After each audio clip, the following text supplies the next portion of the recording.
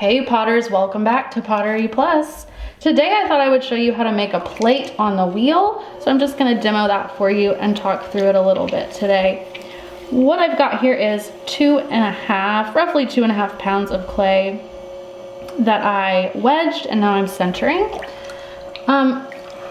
I would typically use a little bit more if I were making a full-size dinner plate, but just to make this demo a little shorter and get you the information you need a little quicker, I'm kind of gonna do more of like a salad plate size, saucer salad plate, a small plate. Anyway, just so you can kind of see the techniques, and then you can size it up or size it down however you would like. So with a plate, you center really low and wide, obviously, because that's the direction we're gonna be asking the clay to go in. So a lot of the preliminary shaping of the clay is in the centering step. So I'm gonna kind of like spread it out and then center it up again. Spread it out, center it up again. So it's kind of a process here to do this part. What I like to try and pay attention to here though is not getting it too thin, because you typically should leave a plate a little thicker than what you think, because traditionally you would trim quite a bit of material out from the bottom, like underneath, because it'll have a really wide foot ring. Now of course you can make your plate any style you want. That might not be an element of the plate that you want to make. But just look out for kind of spreading it until it gets really thin. You're gonna kind of want to leave it a little thicker than what you might expect. Maybe like a 1/2 inch thickness. So I'm gonna stop my plate right there, or stop my centering step. Maybe take it a little bit further, just a little tiny bit. Because it is feeling just the tiniest bit bulky, even for just a small plate. So yeah, I'm gonna do one more pass here. And then make sure my edges are nice and centered. Okay, and now I'm kind of ready to start shaping the plate. So with a plate, there's not a lot of pulling of walls involved. You're gonna have to kind of rely more on moving the material around to where it needs to be. So to kind of get it going into that plate shape, I am gonna do sort of an opening step, but obviously it's just not gonna go down very deep. And then I'm gonna start to move my material. Ooh, got a little air bubble there. Remember, if that happens, try to just keep going, keep your hands steady. Don't let it throw you off too much. And I'm just gonna move that material that I want to use to make a rim out to that area of the piece. Now I feel like I probably went down far enough, so I don't really need to do that again because I've got it thin enough down here. And also it looks like I've got plenty moved out to the sides to make a nice rim. As my college professor used to call it, a juicy rim. Whenever we would make a little skinny dinky rim, she would say it needed to be more juicy. Don't know how well that term has aged, but anyway, that's what she would say. So from here, I kind of like to sort of move back and forth between working on the rim and focusing on the middle. So I'm gonna start in the middle a little bit. And like I said, kind of go back and forth.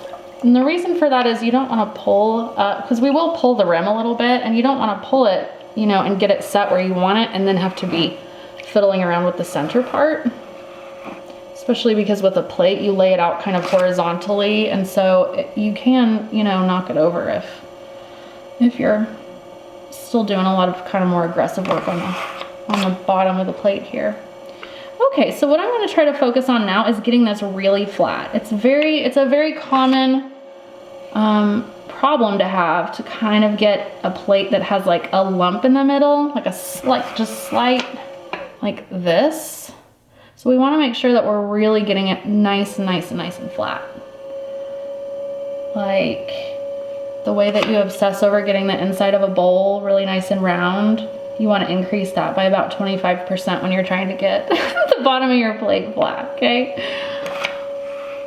Also, it's really important to get good compression on the bottom of a plate because plates are prone to S-cracking, especially if you're doing that trimming part that we were talking about earlier. That just puts a lot of stress and strain on an area of the piece that's pretty thin. So yeah, you just want to get those clay particles all nice and snuggled in together, nice and flat, nice and compressed. And that will give you the best chance of success to avoid those kinds of problems. It looks pretty good. Always good to look from the side too. Check out the profile. Yeah, looks good.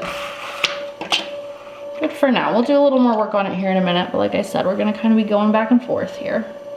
So now I am gonna start to address the rim a little bit. And I know I just got that all nice and flat, but I need to sort of get some definition right there so I have something to grab onto to pull the walls up a little bit. Obviously not much. Unless you wanted a really dramatic rim, you could have that. But we're just gonna do kind of a moderate one. So it's just our normal kind of pulling practices. I'm staying at 4 o'clock so the clay's going out and away from my hands. And I'm just gonna kind of pinch and move up the side. Like I keep saying, I don't have a lot to work with here, but I do want to kind of thin it out a little bit and make enough so that I have a nice defined rim going around my little salad plate here. Maybe scoop a little bit more up from the bottom. And I'm just pulling really gently here, friends, not putting a lot of pressure. All right, I'm gonna call that good. And you can see I pulled that straight up. It's similar to a bowl. Whenever you have a form that you're going to kind of push out horizontally or stretch, I like to take it up first and then out because I feel like I have more control over it. But, you know, just like all these processes we talk about, it can kind of be adjustable to what you like and what you need. Okay, so I'm just kind of re-flattening the bottom here. Getting that kind of evened out again and getting some material dispersed into that. Sort of that little trench that I had left, like right here. Evening that up a little bit. And now I am gonna start to stretch that rim out, which this is kind of the fun part. You know, this is where it starts to really look like a plate.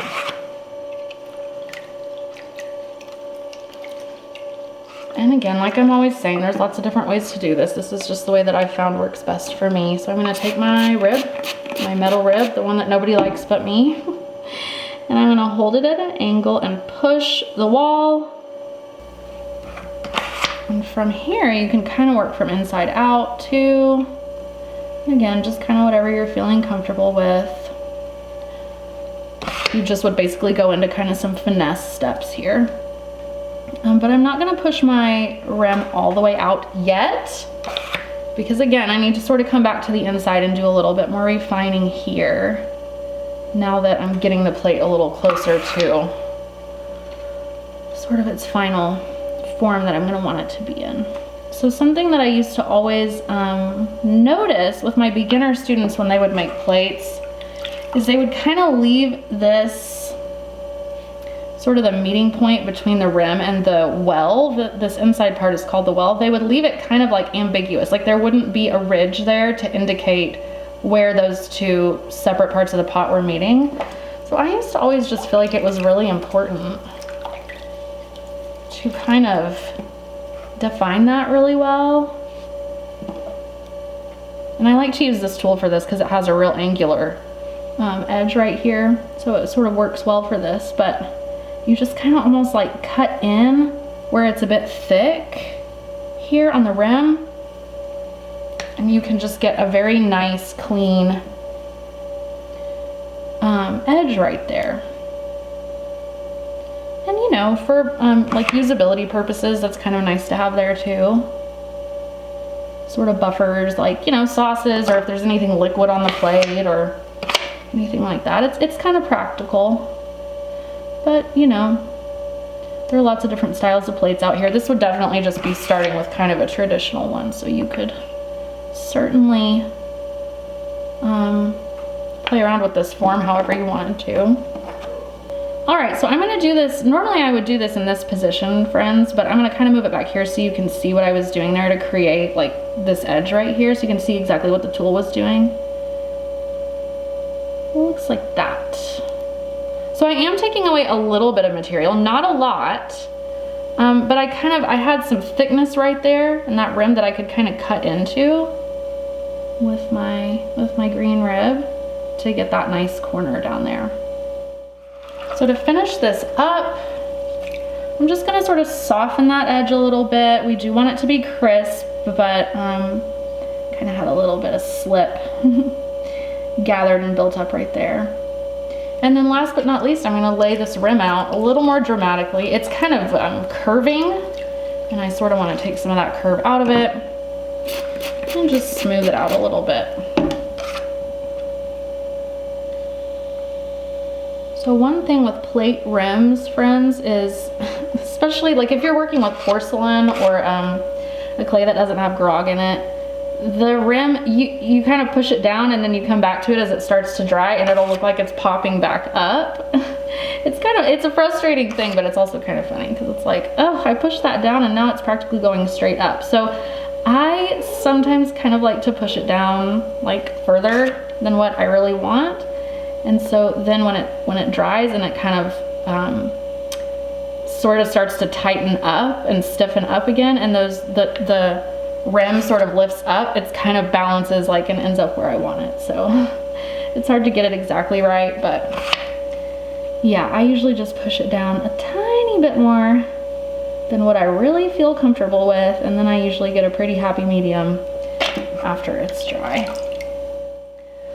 So that's a plate, friends. I hope that you found this demo to be helpful, or hopefully some new tips that you haven't seen about making plates yet. And if you have any feedback for us about this demonstration, go ahead and leave it in the comments. Find us on Facebook or Instagram, and we will see you in 2 weeks. Bye-bye, Potters.